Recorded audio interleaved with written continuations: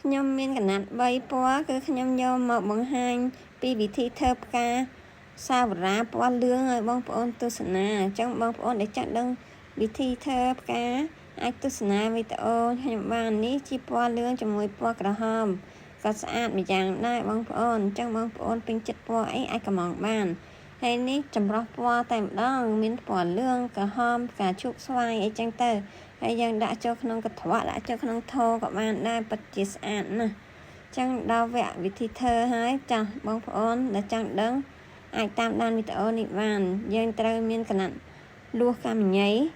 ហើយយើងយកមកបត់ជាពីរដូចបេះដូងចឹងមកនេះក្នុងកណាត់មួយយើងកាត់ជាពីរហើយចាំយើងយកមកបត់វាអញ្ចឹងហើយកតុយវាវែងពេកអញ្ចឹងទៅយើងក៏យកកត្រៃកាត់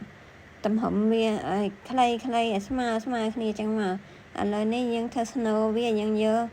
លួសកាមញីពណ៌សហ្នឹងយកមកមូធ្វើមិនស្មានទំហំវាមកល្មមថាធ្វើផ្កាសំកាលណាយើងធ្វើធំពេកក៏អត់ស្អាតដែរស្នូអញ្ចឹងឥឡូវយើងយកឈើចកៈហ្នឹងមករុំជាមួយលួសកាមញីពណ៌សូកូឡាហ្នឹងរុំវាត្រឡប់ឡើងមកពេលដែលវាអស់សាច់កណាត់ហើយយើងក៏ទាញវាចេញមកហើយយើងទាញវាបន្ថែមបន្តិចមកដើម្បីឲ្យ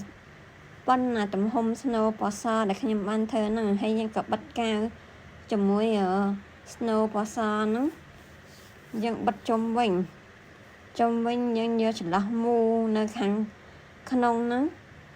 យើងបិទតាគៀនទេណាបងប្អូនបិទគៀនជុំវិញចឹងមកយើងស្មានទៅបើថាយើងបិទចង្កាលើសសាច់កណាត់វែងពេកអីចឹងទៅជាកាត់ចេញខ្លះទៅ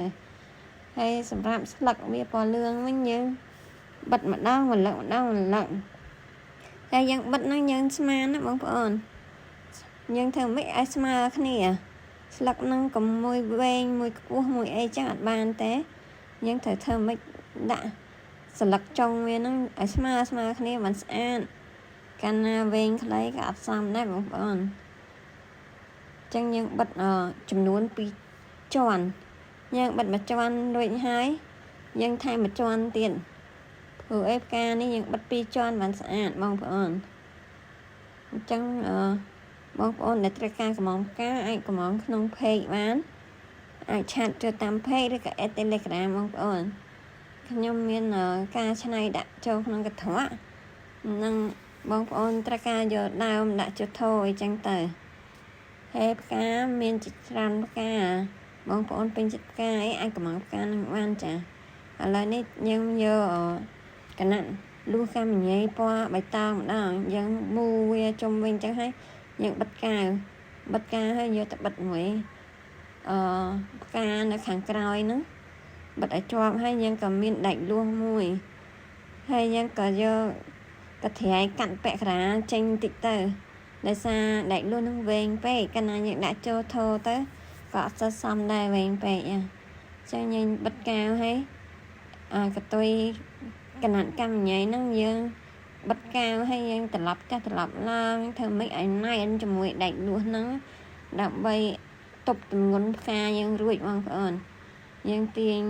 បិទឲ្យតឹងពេលដែលតឹងរួចរាល់ហើយយើងក៏យកស្កុតហ្នឹងមករុំឡើងរហូតដល់ចុងមកបងប្អូនរុំឲ្យណែនកាលណាយើងរុំម្លងក៏វាអាចធ្លាក់ល្អមកវិញដែរណែនហើយយើងក៏កាត់ទៅខ្លាចជាផ្កាហើយយើងក៏ពុតវាចាស់ក្រោមតិចទៅត្រឡប់វាចាស់ត្រឡប់ឡើងចាស់ក្រោមនេះទាញអញ្ចឹងតិចមកស្អាតណាស់បងប្អូនហើយយើងនិយាយយើងសេរីវាឲ្យសមពិតជាស្អាតមែនតើចឹងឃើញតាផ្កាខ្ញុំរួចរាល់ហើយបងប្អូនដែលត្រូវការកំងអាចកំងបានចា